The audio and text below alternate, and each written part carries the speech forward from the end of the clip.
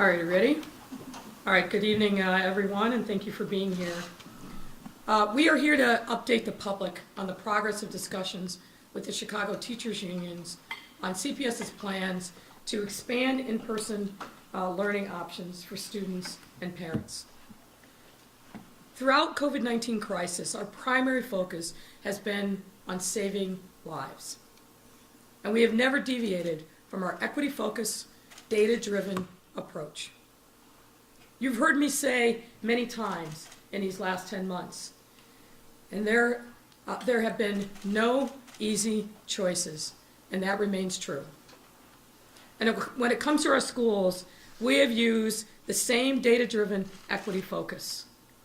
Our students, their families, and the entire school community deserve no less. I am personally grateful for the school-based staff who have been in CPS buildings throughout the pandemic. The cafeteria workers, the janitors, the assistant principals, the principals, and others.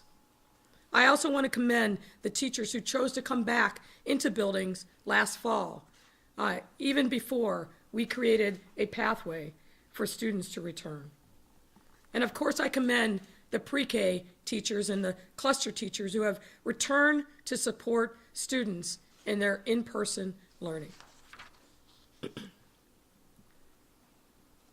As CPS built its plan for giving parents options for in-person learning, the singular mission has been to use every means at our disposal to provide every single one of our students the safe instruction that is right for them, whether that instruction takes place in person or at home.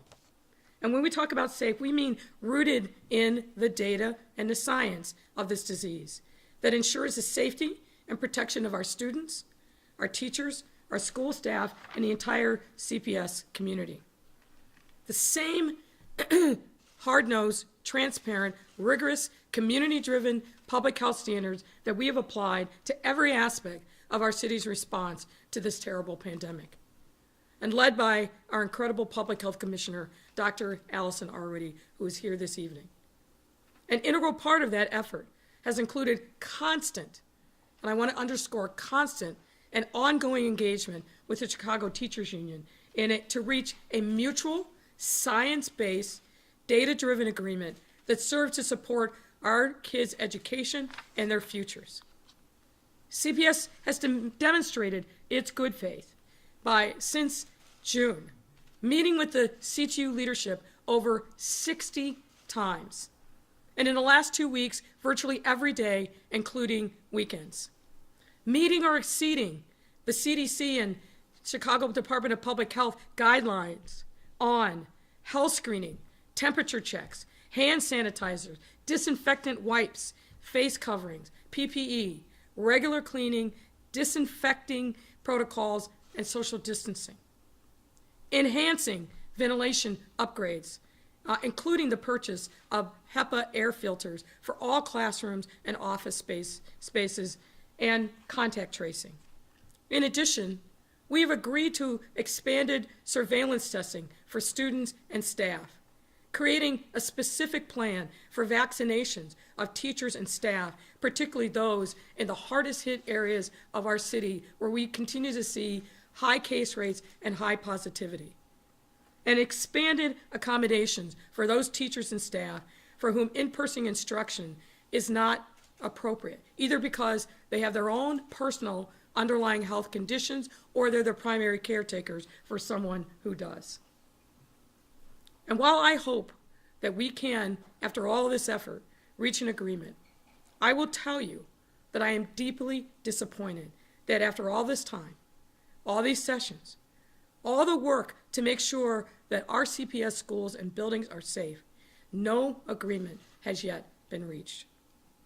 And this is true despite weeks of daily evidence, 3 weeks of daily evidence that our schools are safe. Let me remind you that 3 weeks ago, pre-K students and cluster students, our special needs students, returned to in-person learning. And we have built a school environment that has kept them safe. Now, let me be clear. We will stay at the bargaining table and keep working because we always put our children first. There is no question that students are persevering, but there is also no question that there is no substitute for in-person learning. And as you've heard me say now many times, too many of our children, particularly our black and brown kids, are falling behind. And I have to tell you, ladies and gentlemen, that I fear for their future.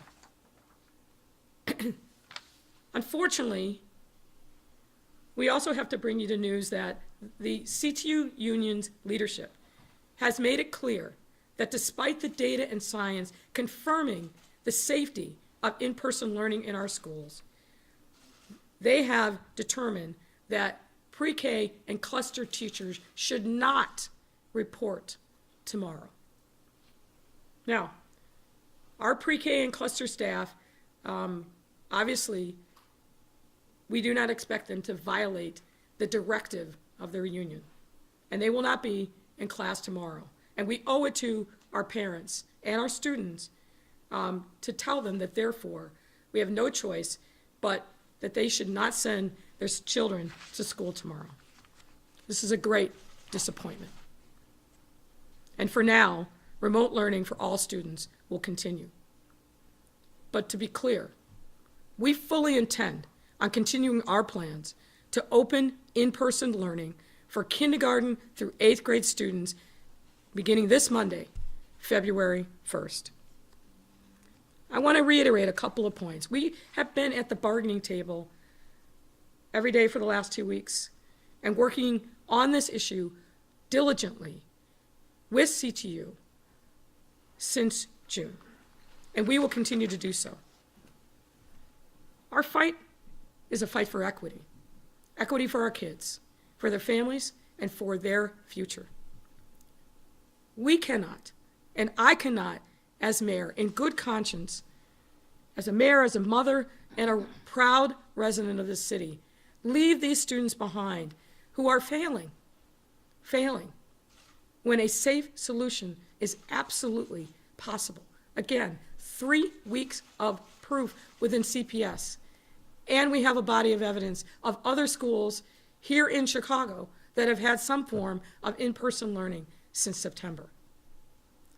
Dr. Jackson and her team at CPS have done the Lord's work, make no mistake about it, in ensuring our kids and entire school communities are in fact safe. They've worked night and day to successfully develop safe solutions for in-person instruction and finding ways to safely apply it throughout the system. This is the same approach we use to safely reopen our businesses and public spaces across our city. This is the same approach that over 130 schools in Chicago, 2,000 daycares have used to provide safe in-person learning for their students and their families. And in the case of daycares, they have been open since June. This approach is especially urgent when it comes to the education of our kids and the next generation of our city.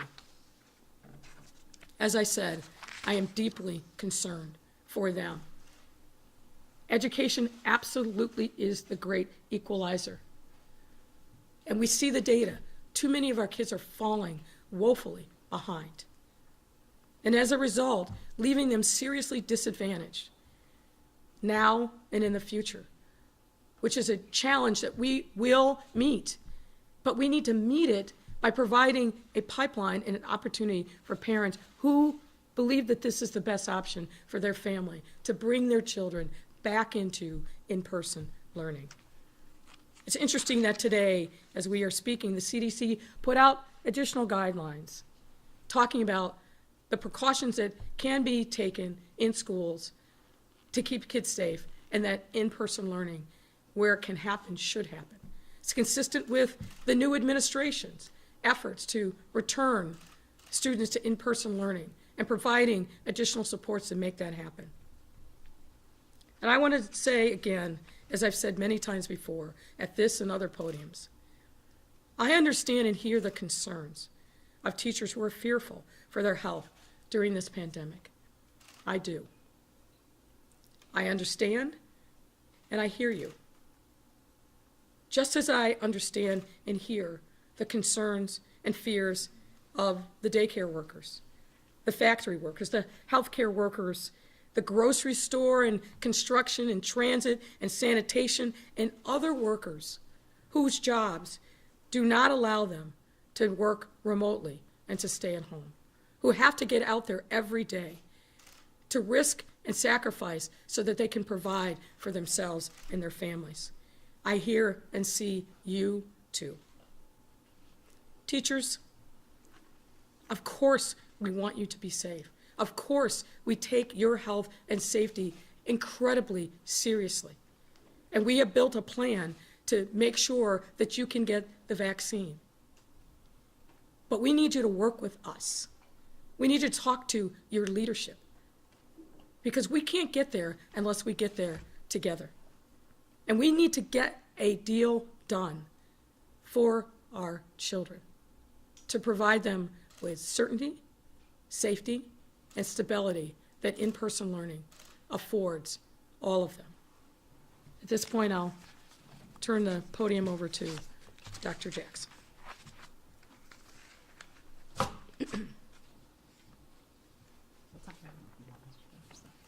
All right, good evening, and thank you, Mayor, for those remarks. I just want to start my remarks tonight by building on this concept of equity.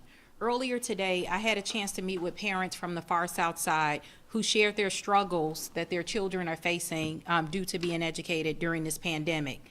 And they shared their concerns and how they made decisions about whether or not they would send their students back to school on February 1st. This is a decision that no parent takes lightly. But we also know that many of our students are struggling as a result of their inability to be educated in an in-person setting.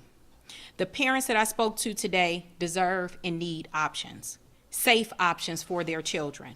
And that's why we've been dedicated for months now to put together a comprehensive plan that guarantees the health and safety of our students and also prioritizes safety for our teachers. As an educator and a CPS mom, I am greatly concerned for our students and families that have already dealt with so much adversity. As the mayor noted in her comments, our team has been meeting with CTU for months now, trying to reach an agreement that prevents the very disruption to learning that many students are going to be facing starting tomorrow due to the union's decision to direct teachers to stay home. Despite meeting over 60 times, we find ourselves in a place where union leadership has determined that the staff and students who have been safely learning together for the past 3 weeks in our classrooms should suddenly stop. Earlier today, we provided union leadership with a comprehensive proposal which addresses most of the concerns that they have been talking about. The mayor talked about some of these in her remarks, but I'll go a little bit deeper. We have made a commitment to expand surveillance testing and telework accommodations for staff to prioritize vaccinations in our hardest hit communities. We believe that our latest proposal to the union can serve as a foundation to a deal. Frankly, there is no good reason why we shouldn't have an agreement at this time right now. Under our new proposal, we're also going to increase the amount of rapid COVID testing for school-based employees to twice a month. We will also begin offering free monthly COVID testing for students who attend schools in zip codes with the 10 highest zip codes with COVID positivity rates. And when the district begins receiving vaccines directly from the federal government, we will also be prioritizing staff who work in those hardest hit communities. The union has also demanded additional medical and caretaker accommodations for telework, and the district is prepared to offer as many accommodations as possible while also ensuring that we can safely instruct our students and give them the quality education in the classroom environment they deserve. We have also agreed with the union leaders to create district and school level health and safety committees so that we can ensure that the proper mitigation strategies and measures are being implemented consistently and with fidelity across our schools. Finally, we have proposed clear guidance for when a classroom pod, a school, or the district should revert to online learning. Under our proposal, school public health officials once they establish that transmission has occurred across 3 separate pods and contact tracing cannot attribute it to an isolated incident, a school will revert to online learning for 14 days. Should, at the district level, in-person learning may be suspended if the district's positivity rate reaches 3% as established by our surveillance testing program. Should that occur, a joint CPS CTU surveillance testing committee will make a recommendation to the CEO and union president to determine if the district should revert to online learning. While we have not reached an agreement yet, we all agree on major health and safety protocols in a number of other areas and still continue to believe that an agreement is close. I am in touch with district leaders across the country, and I can honestly say that our plan goes above and beyond many of the health and safety aspects that I've seen. We have invested over $100 million in things like face coverings, HEPA filters, as well as our testing and contact tracing program. I cannot name many school districts, if any, that have gone above and beyond in the way CPS is planned. We've done this because we know that we can safely operate our schools. Private and parochial schools in Chicago have been operating since the fall, and students in schools have lower rates of COVID-19 transmission than their peers who are not receiving in-person learning. And as the mayor pointed out, just today, the CDC issued new research that makes it crystal clear that schools can operate safely even when community transmission is high. Our top priority remains to provide in-class options for students and families that choose to do so. We remain steadfast in our commitment to return to in-person learning on February 1st, next week. But as it stands, union leadership has directed pre-K and cluster staff not to report to school tomorrow. And despite our calls for them to report to work as expected as their employer, we have no other choice but to inform parents that they should not bring their children to school to ensure their safety. As the mayor pointed out, we remain hopeful that we reach an agreement soon, and we also remain steadfast in our commitment to reopen schools next week. We will now take your questions. Thank you. I realize that the vaccine is limited supply, but there are several questions about why can you not reprioritize, come up with a standard protocol, and get the teachers vaccinated?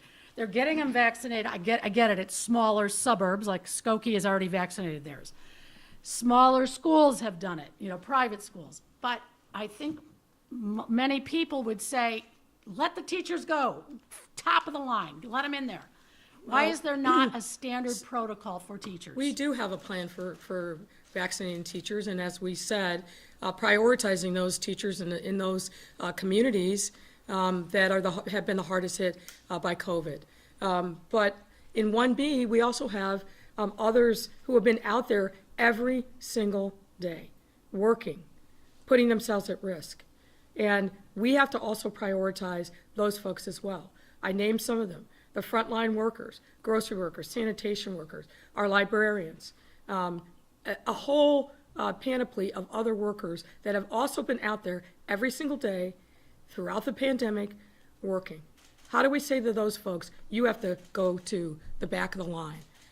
We want to prioritize teachers. We will prioritize teachers, but we have to do it in the context of a plan that is data-driven and focused on, first, those areas, those workplaces, those jobs that are at highest risk. That is the fair and equitable thing to do, and that's what we're going to do. CTU has reported there have been 60 cases of COVID since January 11th. Is that correct? That number's about right. Can I speak? Go ahead, sure. Yeah. Yes, that number sounds about right. I also want to remind people that we do publish all of our COVID cases online on the CPS website to ensure transparency. But what I would also say about that is we can't guarantee a COVID-free environment. But what we have guaranteed is that we have a strong plan in place that mitigates the spread of COVID. And so what we have planned for is exactly what's happening in our schools. When cases arise, we're able to isolate, take pods into quarantine immediately to make sure that COVID is not spreading in our schools. And to date, we have not had to close a single school due to outbreaks of COVID-19. So I think our teachers and our principals that have been operating with children for the past 3 weeks have been doing exactly what the guidance has said, which is being safe, doing the health screeners, taking temperatures, paying attention to the testing, and when people are made aware that they have COVID-19, reporting that so that we can isolate people immediately and mitigate the spread of COVID. The CTU has, Hold on one second. sorry. Dr. Harwood Yeah. wants to weigh in on this one. I can add just a little bit. So again, it's not that we don't expect to ever see a case of COVID in a school, because we know that COVID remains in our community.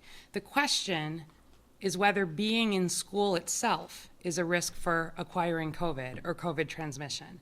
And so while we have certainly seen cases, just as we've seen cases in the archdiocese schools and the private schools around the country, when we do the investigation, this is why you do the contact tracing. You look and you say, did this person potentially get exposed in a school setting or not?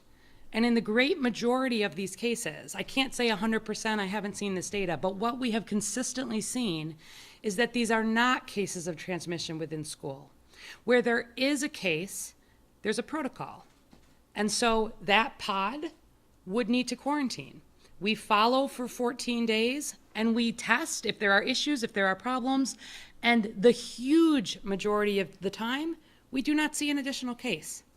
What we have learned is that when we see multiple cases in school, the most common reason is because there are two siblings who attend a school, or a parent and a student. One may be a teacher, one may be a student.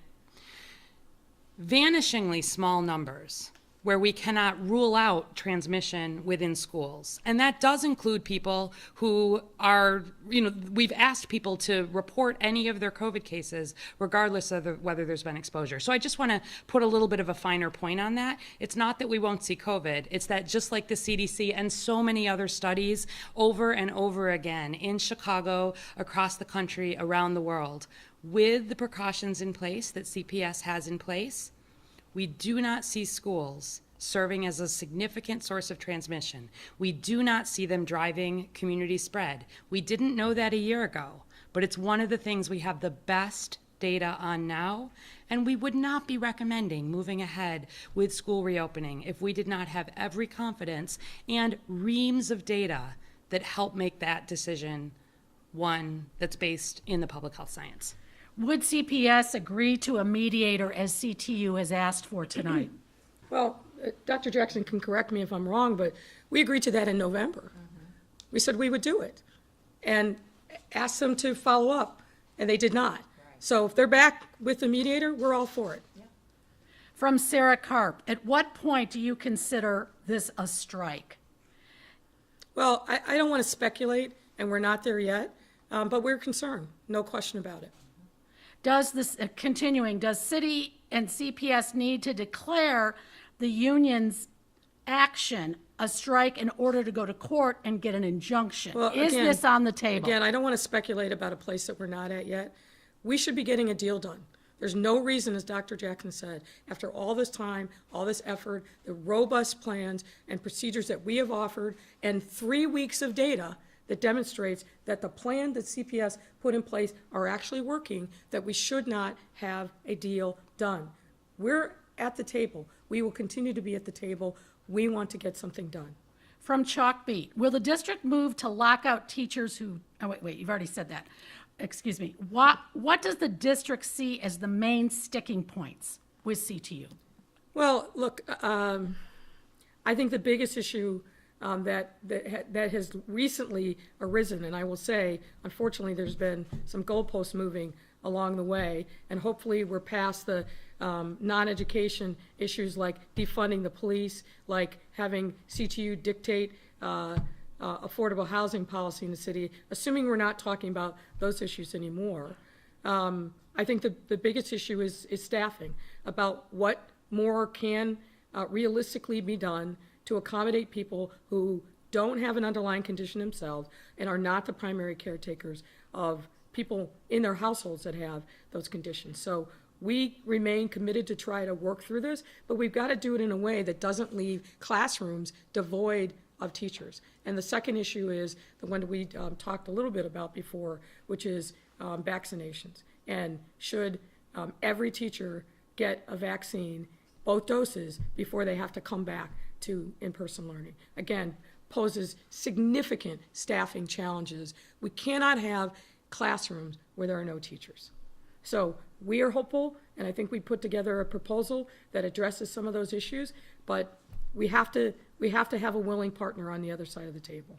From A.D. Quigg at Cranes, do you have any immediate legal recourse in response to the union opting to go all remote? How quickly So can you apparently, take that effect? apparently a lot of the reporters want to play lawyer and mix it up in the courtroom. We're not there yet, and I hope we never get there. The mediation proposal was agreed on the front end. That is, from the union, I'm hearing this anyway, just now. And that is hostage-taking, not mediation, according to them. I don't even know what that means. Okay, I don't know what that means, and I'm not gonna roll around and exchange rhetoric. What I know is our kids need to have the option to come back to in-person learning. We're committed to getting a deal done, and we should get it done at the bargaining table. From Nader at Nader Isa from the Sun-Times, Dr. Jackson, you said in a webinar last month that you were disappointed with decisions you'd seen across the country to reopen bars and restaurants ahead of schools. How do you feel about Chicago opening its bars and restaurants this week as CPS tries to get back into the classroom? I think the mayor has prioritized school reopening. The plan that we put out, we agreed upon that back in November and made that clear. And in all of my conversations, with the mayor, she's been clear that schools are a priority. I think we all learned a lot comparing things from the spring to today. But I don't think those two comments cancel one another out. I was disappointed and remain there. We live and we learn, but the mayor has shown her commitment to reopening schools, and we're on the pathway to do so. Okay, from Sarah Karp, why will CPS not release the demographic information of the 20% of preschool and special ed students who are attending? If this is about equity, why won't you show proof that low-income Black and Latino students are being served by this reopening? We can provide that data, but let's be clear, that argument, I'm not even gonna keep debating that argument. I think I've spoken on that time and time again. The vast majority of students in Chicago public schools are Black and Latino. The vast majority of students whose grades are falling, being impacted dramatically by COVID-19 are Black and Latino students. If people don't see that as an equity issue, I really don't know what else to say. Some are going to misread this, that, the teacher, it's such a volatile issue. But the teachers seem to really have you on this. And there's a lot of people it's divided. I shouldn't say a lot. It's divided over, why not take the teachers to the mat on this? I say that as a former teacher, teachers out there that are going to be mad at me for saying this. Yeah. But why not take them to the mat on this and try to open these schools without the union? Because there's parents at home that are texting me and saying they're just completely frustrated. No, listen, I'm hearing from those parents. Yep. I'm hearing from those parents. This is a very big issue. You've heard me say this before. Our goal is to grow the population of this city. A clear issue that a lot of families talk about is, what's the condition of the schools? Are they safe? Are they good? Are they stable? We're 1 year removed from a 5-year teacher's contract, and yet here we are again. And this instability and chaos serves no one. It doesn't. And least of all, our children. Least of all, our families. Least of all, our efforts to turn the corner and move in a different direction as a city. We won't get there, ever, with this happening. So I hear you, parents. I've seen the emails you send me. I've seen the comments that you paste on social media. I understand the frustration, and we are doing everything that we can to make sure that we get this deal done. And, as you've seen from the questions, there's a lot of speculation of what if, what if, what if. Why don't you fight? Why don't you take them to the mat? We've got to put our kids first. We've got to put our children first. I go to bed every night, I wake up every morning worrying about the fate of our children. And schools are such an important part of who they are, a community's identities, a family's ability to strive and reach beyond their current station. If schools are constantly in turmoil, there's always a threat of a strike looming on the horizon. How do we plan? How do we give people confidence that CPS stands for the values that I know it stands for, that I know most teachers stand for? How do we accomplish that when we have this level of chaos? You know, we have the benefit of having a new administration at the federal level, one who sees cities, who wants to partner with us and values who we are. A president who has set, I think, an incredible standard already and has prioritized supporting schools, getting them reopened, because he knows, as we know, that education absolutely is the great equalizer. I stand here as living proof of that. My family didn't have anything, but what I had was parents, and particularly my mother, who emphasized the importance of education, and thank God she did. I feel an obligation to give that back to every single student, particularly one who look like me and are growing up in circumstances like mine. This isn't helping them. It's hurting them. It's hurting them. Thank you, Mayor.